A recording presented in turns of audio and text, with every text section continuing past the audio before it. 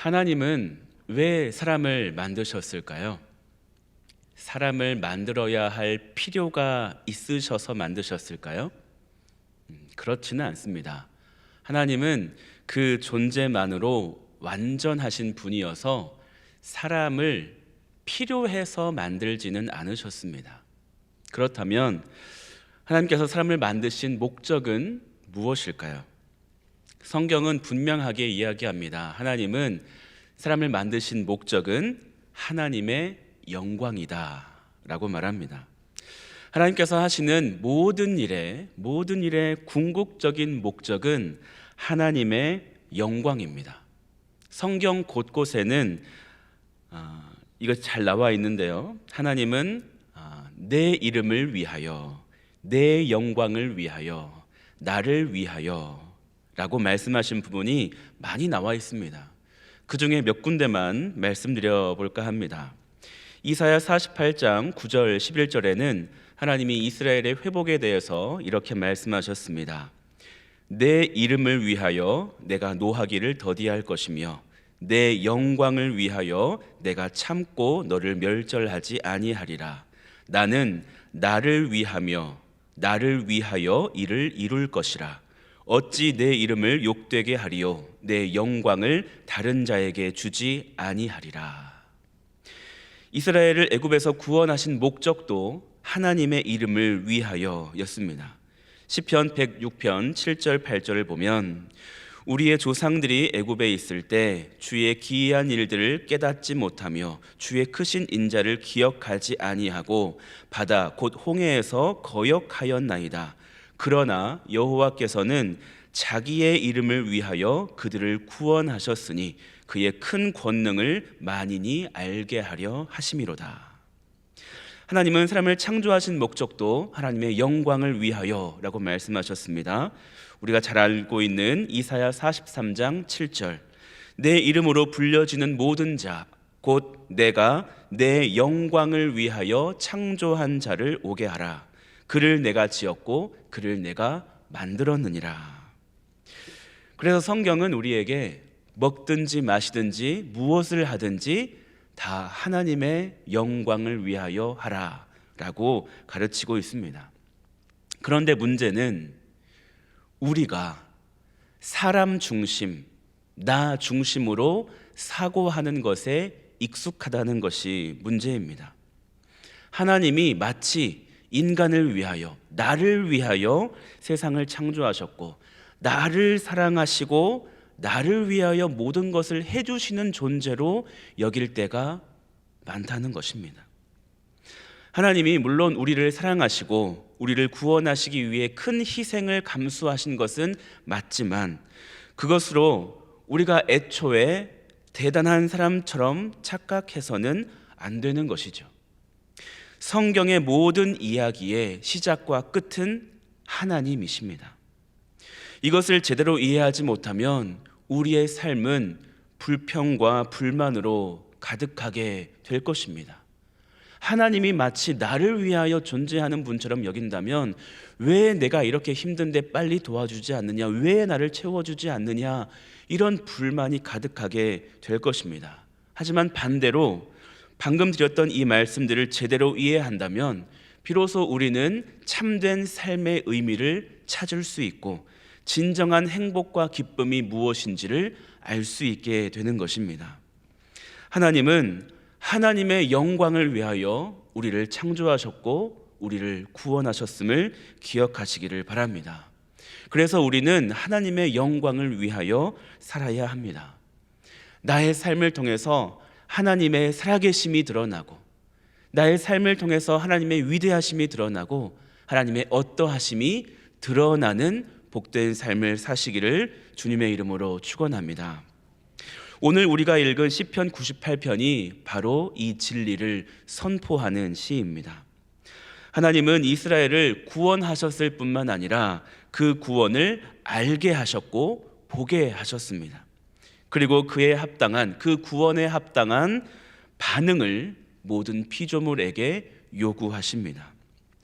오늘 본문 1절에서 3절까지는 하나님께서 구원을 드러내신 사건을 강조하고 나머지 4절에서 9절까지는 그 구원에 합당하게 반응할 것을 강조하는 내용입니다.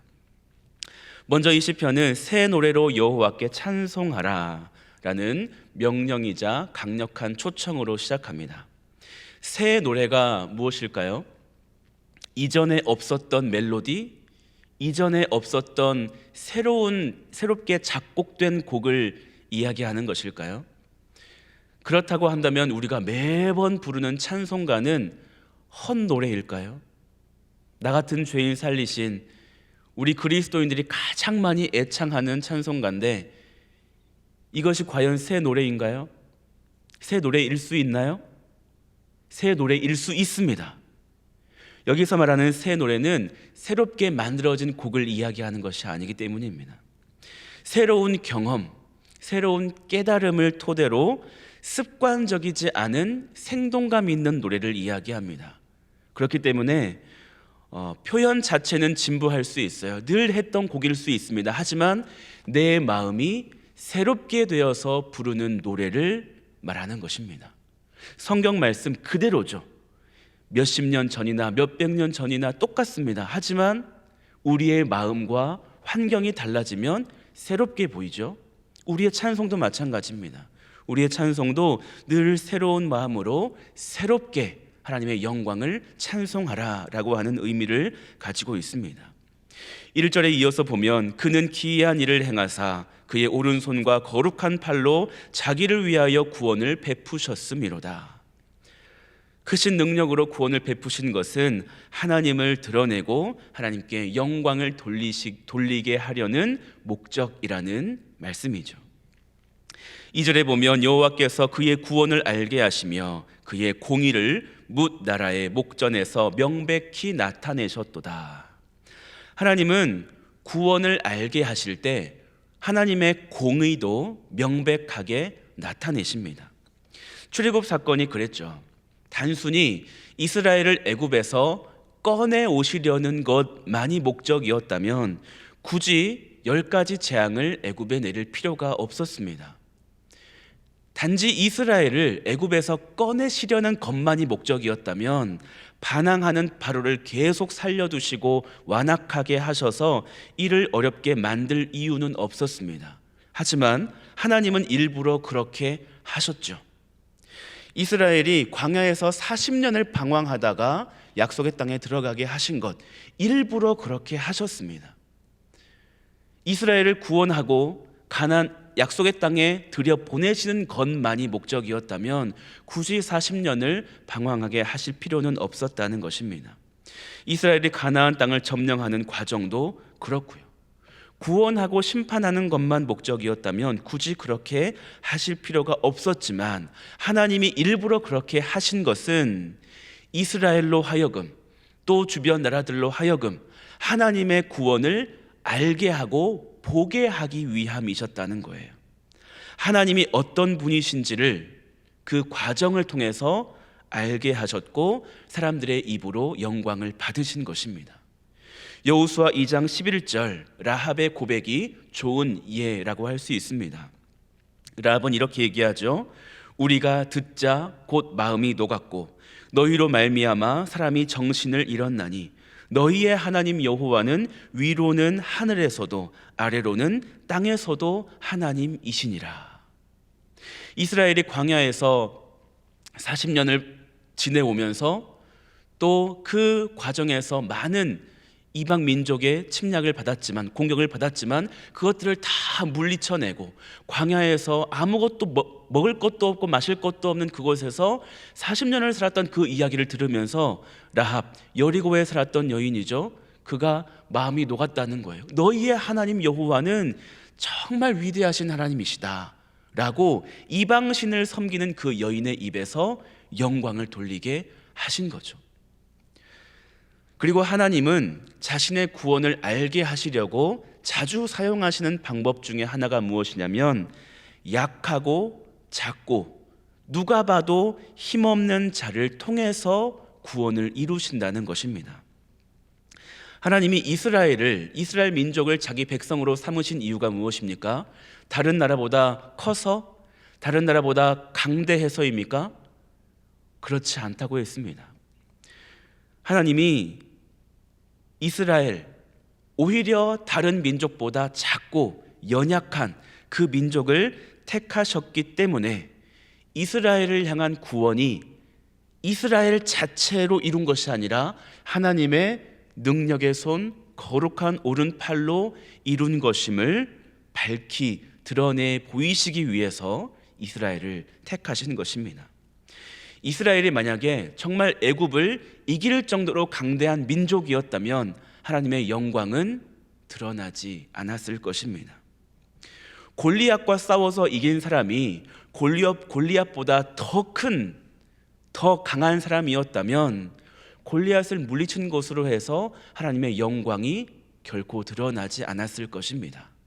골리앗보다 강한데 골리앗을 물리친 것이 인간의 힘으로 했다고 생각하지 않겠습니까?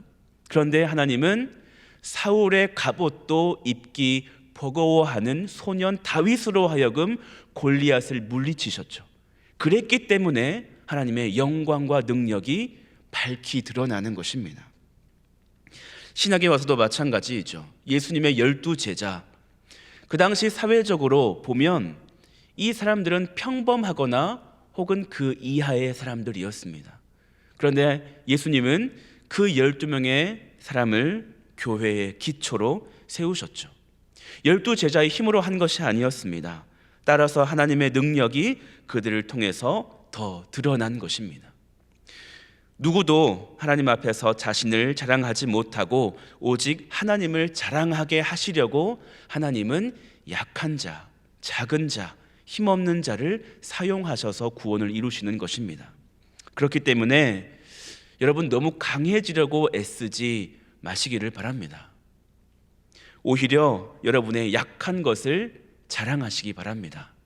그래야 약한 나, 작은 나를 들어 쓰시는 하나님의 능력이 더 밝히 드러나기 때문입니다. 저 사람은 원래 잘했으니까, 저 사람은 원래 강하니까 라고 한다면 하나님의 영광이 드러나지 않아요. 그 사람이 잘한 거죠. 하지만 평소에는 정말 약하고 부족하고 그런 사람이 놀라운 일을 행하면 하나님이 저 사람을 통해서 일하셨다라고 이야기하는 것입니다. 그러므로 여러분의 약함을 통해서 하나님을 자랑하시기를 바랍니다. 하나님은 연약한 이스라엘을 그저 사랑하시기로 선택하셨고 그들에게 언약을 주셨고 그 사랑이 동기가 되어서 하나님은 이스라엘을 계속해서 구원하시고 영광을 드러내고 알게 하셨습니다. 또한 하나님은 우리도 저와 여러분도 구원하셨고 구원하고 계시고 앞으로도 구원하실 것입니다. 그리고 그 구원을 아무도 모르게 하는 것이 아니라 알게 하시고 보게 하실 것입니다. 그러면 하나님이 행하시는 이 구원을 보는 사람들은 어떻게 해야 할까요? 그 구원에 합당한 반응은 무엇이겠습니까? 우리 4절 말씀 함께 읽어보겠습니다. 4절 시작. 온 땅이여 여호와께 노래하며 찬송할지어다. 아멘. 시편 기자는 비슷한 표현을 4절에서 8절까지 계속해서 반복합니다. 노래할지어다, 소리칠지어다, 외칠지어다, 박수할지어다. 구원에 합당한 반응을 강조하는 것입니다. 하나님의 구원을 본 자는 즐겁게 소리치며 찬송하는 것이 마땅한 반응이고 자연스러운 반응이라는 것입니다. 여러분, 세계적인 음악가, 세계적으로 유명한 음악가의 연주를 어느 아트홀에서 보게 된다면 여러분은 어떻게 반응하시겠습니까? 그냥 팔짱 끼고 무덤덤하게 보실까요? 여러분이 좋아하는 손흥민 선수, 그의 플레이와 골을 경기장에서 직관한다면 여러분은 어떤 반응을 보이실까요? 우리가 할 일은 환호하는 것입니다. 와, 박수하면서 소리치고 외치면서 즐겁게 노래하는 것, 그것이 그 자리에서 마땅히 할 행동일 것입니다. 개인적으로 인생에서 언제 가장 흥분해서, 언제 가장 열렬하게 환호하면서 소리쳤을까 생각해 보니까 2002년이었던 것 같아요. 여기 계신 많은 분들도 그랬을 것 같습니다. 우리나라가 한 경기 한 경기 극적으로 승리해 가면서 4강까지, 월드컵 4강까지 올라갔던 그때야말로 온 국민이 하나 되어서 빨간 물결을 이루면서 온 국민이 모르는 사람도 끌어안으면서 기뻐하던 그날이 아닌가 싶습니다.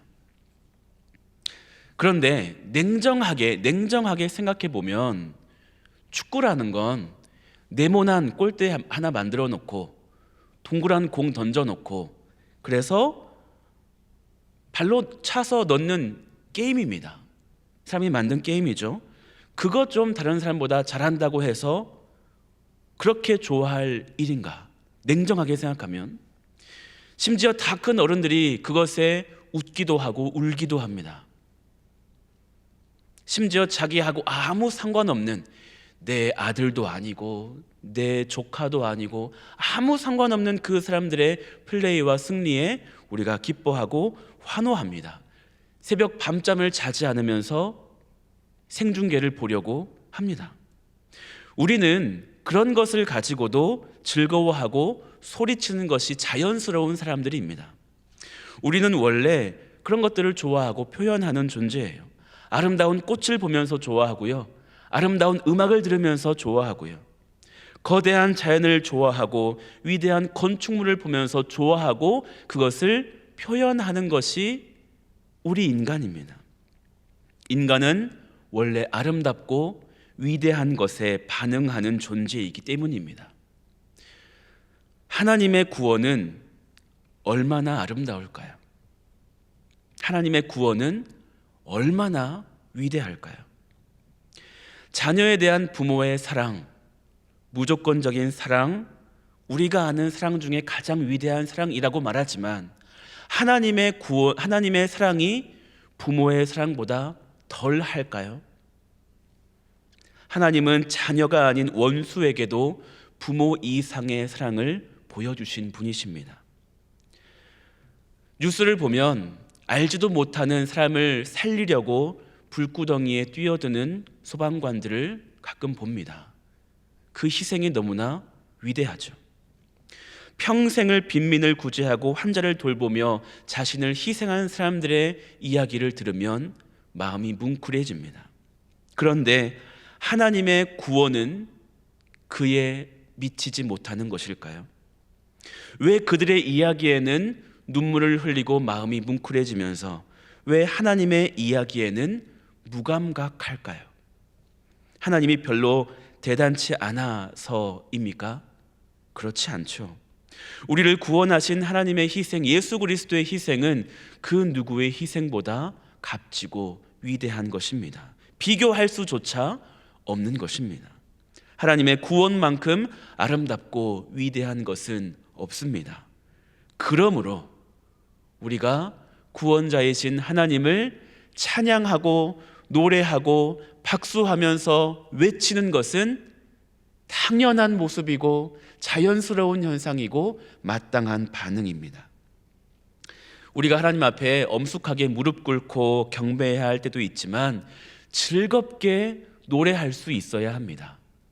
항상 점잖게, 항상 조용하게 이렇게 예배하는 것, 그래야 할 때도 있지만 우리가 마땅히 일어나서 소리치면서 박수하면서 하나님의 구원을 노래하는 것이 이상한 것이 아니라 자연스러운 것이어야 한다는 것입니다. 그래서 어떨 때는 예배할 때 어떤 권사님이 일어나서 어깨춤을 출 때가 있어요. 확 박수를 치면서 온몸을 흔들면서 노래할 때가 있어요. 이상하게 보지 마세요. 당연한 거잖아요.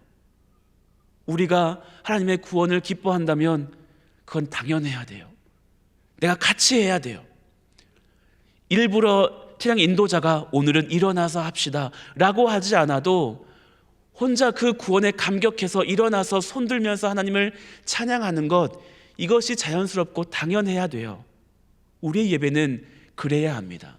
하나님의 구원이 얼마나 아름답고 얼마나 위대한지를 아는 사람이라면 그렇게 반응하는 것이죠. 출애굽한 이스라엘, 홍해를 건너고 나서 어떻게 반응했나요?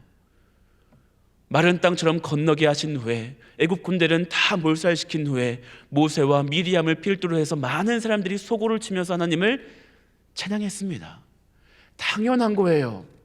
우리를 그 넘실거리는 바다에서 애굽 군대의 추격에서 구원하셨는데 어찌 잠잠히 있겠습니까? 어찌 잠잠하겠습니까? 여러분, 하나님의 구원을 맛본 사람으로서, 경험하고 있는 사람으로서 여러분, 우리가 날마다 하나님을 새 노래로 찬양하고 즐겁게 그 앞에서 춤추며 노래해야 할 줄 믿습니다. 시편 98편은 순수한 찬양시입니다. 여호와의 구원을 보고 즐거이 외치라고 하는 초청입니다. 이제 우리가 그 초청에 응해야 하겠습니다. 또 이것은 명령입니다. 새 노래로 여호와를 노래하라. 그건 명령입니다. 이제 이 명령에 우리가 순종해야 하겠습니다. 그것이 바로 하나님께서 우리를 창조하신 이유이기 때문입니다. 하나님께서 어떻게 나를 구원하시고 나 같은 죄인을 살리셨는지를 기억하시기를 바라요. 오늘 신앙처럼 나 같은 죄인 살리신 주 은혜 놀라워 고마워. 우리가 성경에 기록된 것도 면밀하게 살피고 실제로 나를 구원하시기 위해 내 삶을 지금까지 어떻게 인도해 오셨는지를 기억하시면서 하나님을 찬양하시기를 바랍니다. 또 지금 하나님이 나를 어떻게 구원하고 계신지, 어떻게 인도하고 계신지 영의 눈을 들어 보시기를 바랍니다. 오늘도 하나님이 내가 할 수 없는, 내가 해결할 수 없는 그 일을 얼마나 놀랍게 이루어 주시는지를 우리가 보고 그 구원을 찬양하시기를 바랍니다. 또 앞으로도 끝날까지 하나님이 어떻게 구원을 이루시는지를 기대하시기를 바랍니다. 모든 불의가 바로잡히고 모든 무너진 질서가 회복될 그 날을 우리가 기대하면서 그 구원을 생각하고 감사하고 놀라워하고 새 노래로 즐거이 외치시기를 바랍니다. 우리의 삶이 구원의 기쁨과 감격이 담긴 새 노래로 가득해지기를 주님의 이름으로 축원합니다. 기도하겠습니다. 하나님 아버지, 감사합니다. 오늘 시편 98편을 보면서 하나님의 구원, 그 아름답고도 위대한 구원을 경험한 자, 본 자는 마땅히 외치면서 박수하면서 새 노래로 즐겁게 하나님을 노래해야 한다는 것을 다시금 가르쳐 주시니 감사합니다.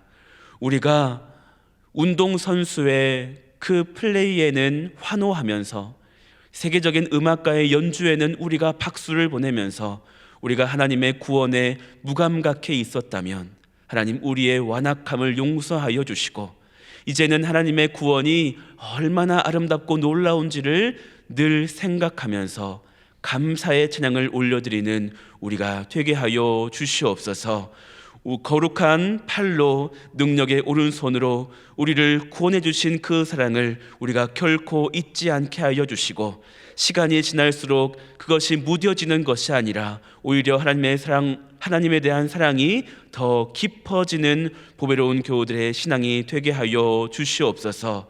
나를 구원하셨고 오늘도 여러 어려운 환경 속에서 구원해내고 계시고 앞으로도 구원하실 하나님을 영원히 소리 높여 찬양하는 우리의 삶이 되게 하여 주시옵소서.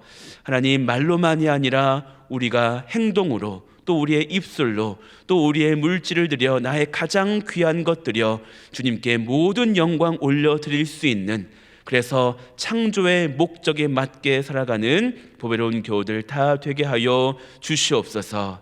하나님, 오늘도 가는 곳곳마다 하나님을 자랑하며 증거하기를 원합니다. 나의 강함이 아니라 나의 약함을 자랑하면서 이런 약한 나도 구원하시고 써주시는 하나님의 이름을 드높이는 오늘 하루가 되게 하여 주시옵소서. 하나님, 몸이 연약한 이들이 있습니다. 하나님의 능력을 나타내시고자 영광 받으시고자 또 그런 힘든 순간들을 지나게 하시는 줄로 믿습니다. 하나님, 원망과 불평으로 이 시간 결코 보내지 않게 하여 주시고 이 일을 통해서 하나님께서 어떤 일을 하실지 기대하게 하시고 마침내 하나님께 놀라운 영광을 올려드릴 수 있도록 그의 삶도 그의 어려운 시간들도 주님 사용하여 주시옵소서. 하나님, 그 고통이 속히 사라지게 하여 주시고 하나님, 그 병상에서 기도할 때마다 하나님을 더 깊이 만나게 하여 주시고, 그래서 육신의 질병과 또 영의 문제, 마음의 문제까지도 모든 것이 해결받는 놀라운 역사를 이루어 주시옵소서. 하나님, 하나님의 영광을 위해 살겠습니다. 하나님을 자랑하는 복된 삶을 오늘도 살아가게 하여 주시옵소서. 예수 그리스도의 이름으로 감사하며 기도하옵나이다. 아멘.